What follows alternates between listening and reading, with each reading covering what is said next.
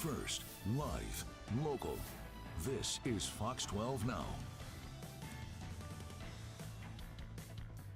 Hello, this is Fox 12 Now. I'm Greg Nibbler. Thanks for joining us. And we are live streaming here from the Fox 12 Oregon newsroom. Don't forget to download that app, the Fox 12 app, because that's a great way to watch this show, both live and after the fact, by clicking on that Fox 12 Now tab. Right now, we're talking about something that is coming up here in Portland. I'm talking about Amerivespa 2025.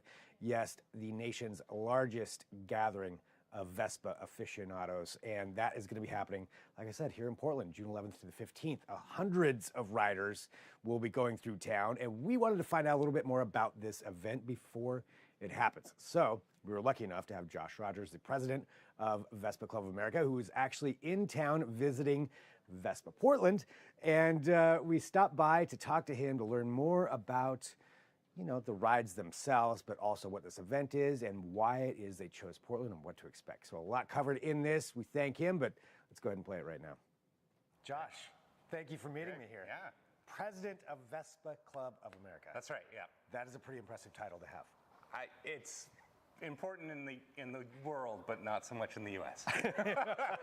Well, I want to get into that here in a minute too, and talk about that. But we've got Amerivespa we're going to cover. We're going to talk about being here at Vespa Portland, and I think to start off though, for anybody out there, basic education. Sure. People may be familiar with looking at something like this, but what is exactly a Vespa? Well, a Vespa is a two-wheeled mode of transportation that was designed to get Italy moving after the war. So 1946, primarily it was designed for women. If you look at a Vespa, if a woman's sitting on it, she can wear a skirt, which was popular at the time, of course. Okay. And the leg shield would protect her from getting dirty. Wow.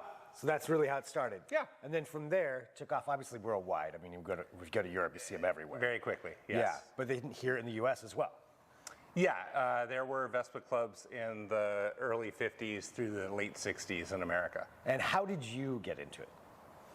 Oh, I was in Chicago one summer and I saw one whiz by and I was like, what is that? And it was pre-internet, so it took a little research. It took some time to dig it out and figure out what that was. Absolutely. Well, I mean, clearly, very popular. Obviously, I mean, taking a look here just behind us, how many different Vespas are here. So let me ask you this, what is it about the Vespa that draws you to it and really draws so many people to them?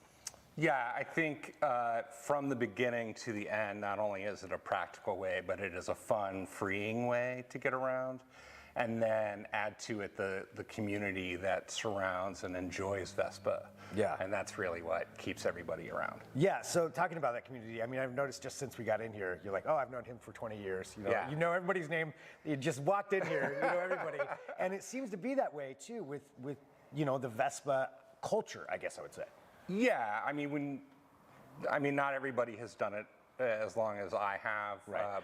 There was a huge gap in importation between the early 80s and 2000s, or in 2000 specifically. And then after 2000, then we have places like Vespa Portland that sprouted up and that sold brand new Vespas to people who were interested. Yeah, and so it's kind of expanded that community, I would imagine. Absolutely. So when you look at it from the standpoint of the U.S., tell us about the Vespa Club of America. We put out a newsletter. We offer roadside assistance. And then just overarching, it's that community. You have to want to be part of that. You want to have to go to a town and have 20 friends maybe you've never met in person before. That's awesome. So you can kind of do that going around the U.S. Absolutely. You can show up and be like, I don't know anybody here, but I can go find the club. Correct. And you'll find somebody to go ride with, to hang out. Yeah, if you're lucky, they even have a bike for you to ride. Well, talking about Amerivespa, can you tell us what that is? Yeah, so Amerivespa is our annual national rally. So we move it every year to attract different people from different geographic areas. Usually it's between 300 to 500 Vespisti. That's what we call ourselves. Wait. Yeah. Wait, let's hit on that there. Vespisti, yeah. Okay. That's the Italian word for one who enjoys the Vespa. Vespisti. All right. Vespisti. Yeah, okay. Very good. Okay, thank you. Yeah.